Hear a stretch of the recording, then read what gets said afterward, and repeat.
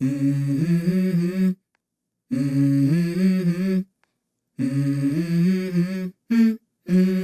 go.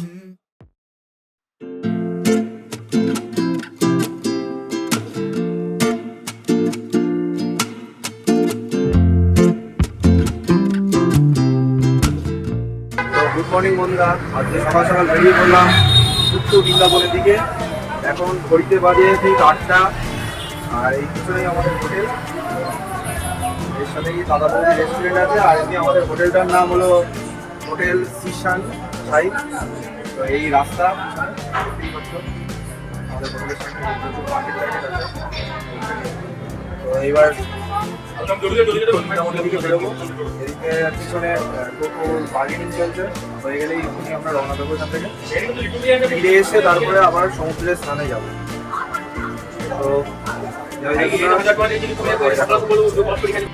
তো আজকে first destination আমাদের বিপত্তারিণী মন্দির।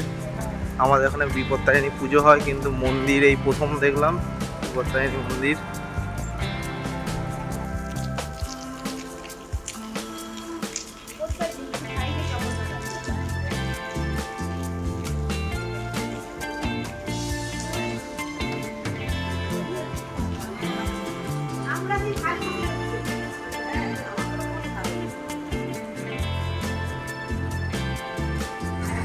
মন্দির থেকে বেরিয়েই উল্টো দিকে এরকম সি ভিউ। এটা নাকি এখানকার প্রাইভেট বিচ একদম। এখানে কিন্তু তেমন লোকেরও সমাগম নেই। আর এই হলো আমাদের টোটো, এই একটা আর এই একটা, ওই যে ওই একটা চলে যাচ্ছে।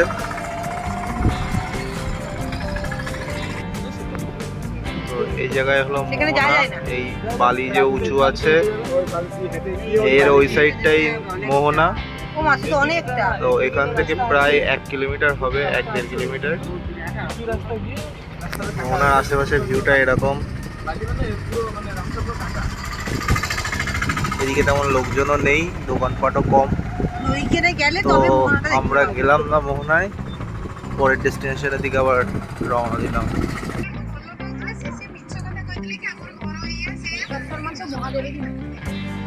তো এখন এসে পড়েছি অঙ্করেশ্বর মন্দির।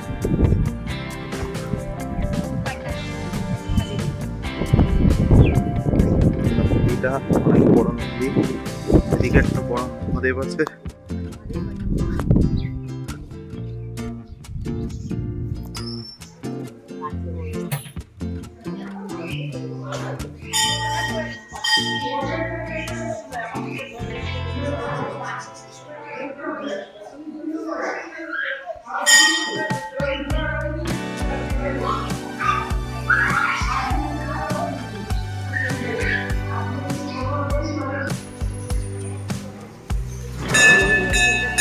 এখানে দুপুর 1টা থেকে 6টা পর্যন্ত ভোগ আছে। 100 টাকা নর্মাল ভোগ, আর স্পেশাল ভোগ 150 টাকা। কেউ খেতে চাইলে খেতে পারো।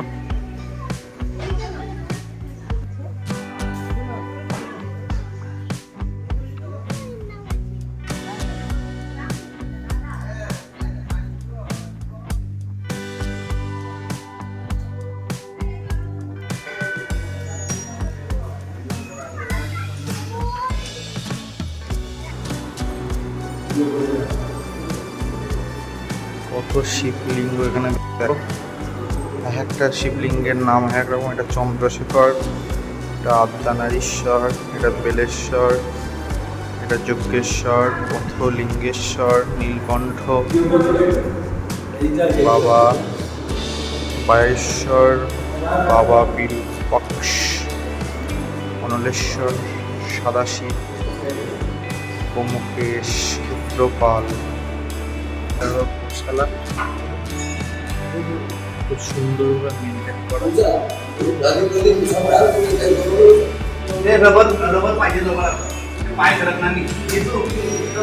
এটা হলো সন্তোষী মায়ের মন্দির।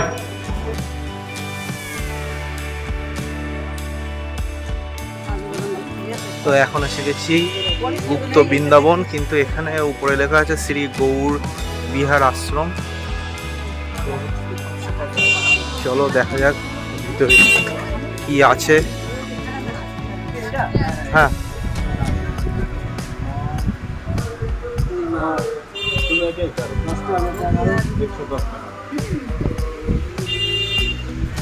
এখানে ঢুকতে গেলে 10 টাকা করে এন্ট্রি ফিস, 10 টাকা করে এন্ট্রি ফিস দিয়েই ঢুকতে হবে।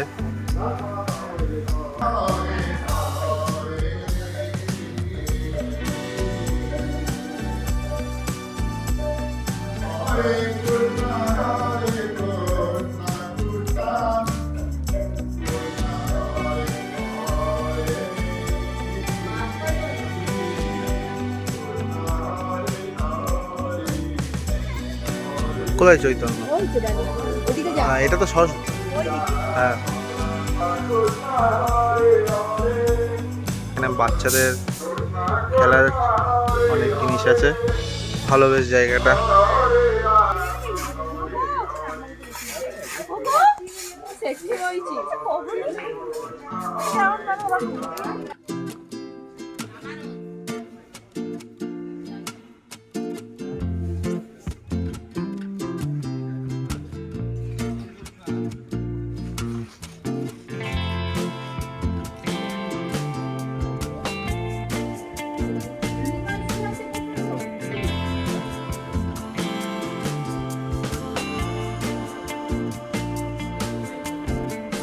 তো এখন এবার বেরিয়ে পড়ছি, দেখা কমপ্লিট গুপ্ত বৃন্দাবন। খুবই ভালো লাগলো। আর এখানে যারা আসবে একটু ফোন মোবাইল একটু সাবধানে রাখবে, হনুমানের উপদ্রব আছে প্রচুর, কেয়ারফুল।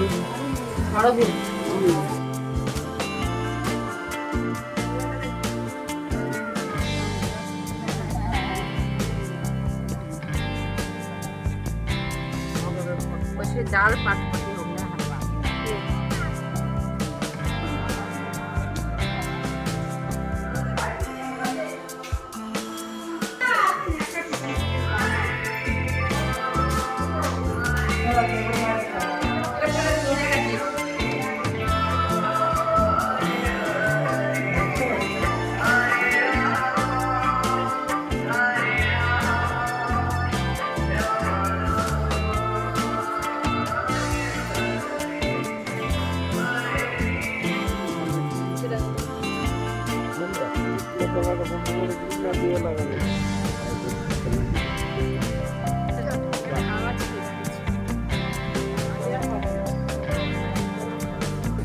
তো গুপ্ত বৃন্দাবনের ভিডিওটা এখানেই এন্ড করছি, কারণ এবার বাইরের রাস্তায় ঢুকে পড়েছি।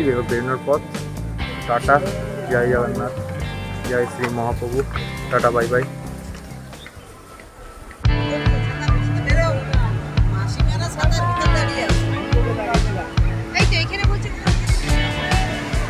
প্রচুর ক্রাউড কিন্তু এখন, তেমন রোদ্দুরেরও তেজ। আর আমি এসে গেছি সমুদ্রে, নামবো, স্নান করবো। আজকে দ্বিতীয় দিন পুরীতে, এক্ষুনি সমুদ্রে নামবো। আর খুবই রোদ্দুর, ছাতা ছাড়া উপায় নেই। দেখা যাক নামবে না।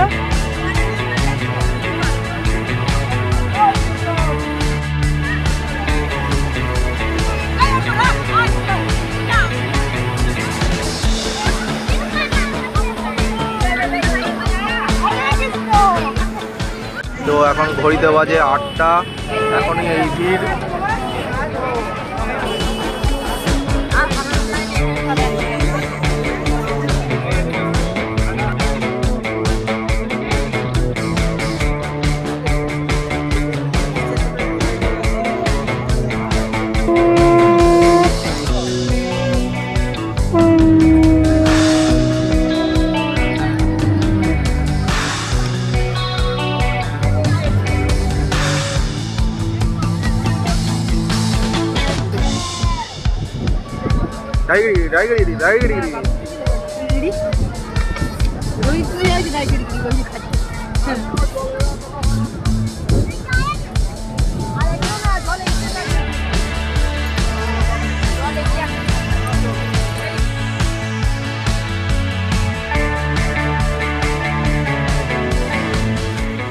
তো বিকালবেলায় চলে আসলাম সমুদ্রের ধারে একটু ঘুরতে। আজকেই এখান থেকে বেরোবো, তার আগে একটু এদিক ওদিক ঘুরে দেখার জন্য চলে আসলাম বিকালবেলায়। এখনই এত ভিড় সমুদ্রের ধারে।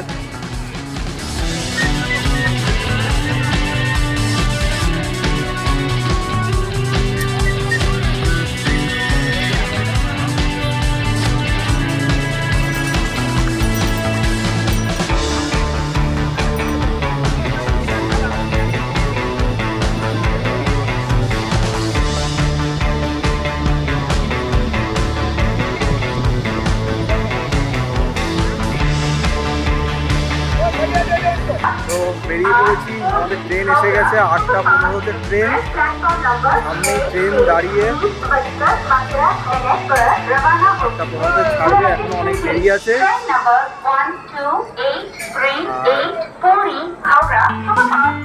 আমাদের ট্রেন, আমাদের আজকে Puri, Howrah Puri superfast express.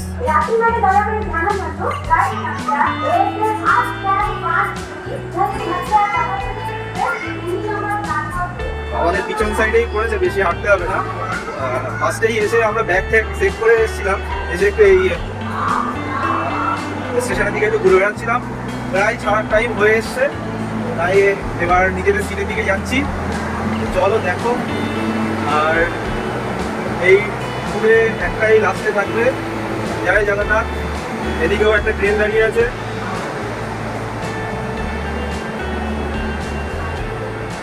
Train কিন্তু প্রায় বুকিং হয়ে এসছে, যেহেতু ছাড়ার টাইম আস্তে আস্তে এগিয়ে আসছে, তাই পড়ে যাচ্ছে প্যাসেঞ্জারদের চাপ।